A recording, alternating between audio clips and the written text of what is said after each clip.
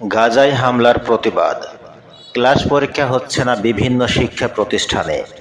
ফিলিস্তিনের গাজায় ইসরায়েলি বাহিনীর নির্বিচারে হামলার প্রতিবাদে শিক্ষার্থীদের ক্লাস পরীক্ষা বর্জনের কর্মসূচিতে সংহতি জানিয়েছে আজ সোমবার বাংলাদেশেও বিভিন্ন শিক্ষা প্রতিষ্ঠানে ক্লাস পরীক্ষা হচ্ছে না।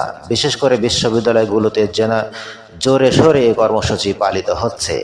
ঢাকা বিশ্ববিদ্যালয়, জাহাঙ্গীরনগর বিশ্ববিদ্যালয় সহ বিভিন্ন শিক্ষা প্রতিষ্ঠানে গতকাল রোববার আনুষ্ঠানিকভাবে জানিয়ে দেয়, আজ শিক্ষা প্রতিষ্ঠানের সকল প্রকার কার্যক্রম বন্ধ থাকবে ক্লাস পরীক্ষাও। ঢাকা বিশ্ববিদ্যালয় কর্তৃপক্ষ গতকাল এক সংবাদ বিজ্ঞপ্তিতে জানায়, গাজায় ইসরায়েলি বাহিনীর বর্বরোচিত হামলার প্রতিবাদে সোমবার বিশ্ববিদ্যালয়ে ক্লাস ও পরীক্ষা বন্ধ থাকবে। পাশাপাশি সকাল ৯টা থেকে ১১টা পর্যন্ত সব অফিস বন্ধ রাখা হবে। জাহাঙ্গীরনগর বিশ্ববিদ্যালয় এক বিজ্ঞপ্তিতে জানায়, সোমবার সকাল ১০টা থেকে দুপুর ১২টা পর্যন্ত বিশ্ববিদ্যালয়ের সব অফিসে কর্মবিরতি পালন করা হবে। সব ধরনের শিক্ষা কার্যক্রম স্থগিত থাকবে।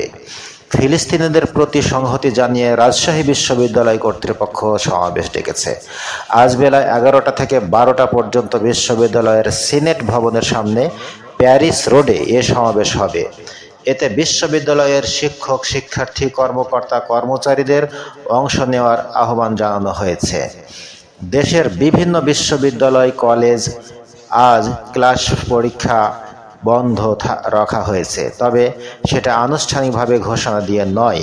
খোঁজ নিয়ে জানা গেছে, রাজধানীর মতিঝিলের আইডিয়াল স্কুল অ্যান্ড কলেজে আজ ক্লাস হচ্ছে না।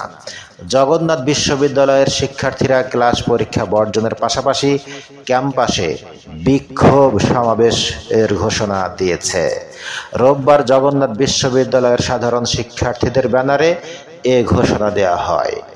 আন্দোলনের সঙ্গে সংহতি জানিয়ে নো ওয়ার্ক কর্মসূচি দিয়েছে জগন্নাথ বিশ্ববিদ্যালয় শিক্ষক সমিতি জবিশিস। রোববার রাতে এই কর্মসূচির বিষয়ে নিশ্চিত করেন শিক্ষক সমিতির সাধারণ সম্পাদক রয়স উদ্দিন।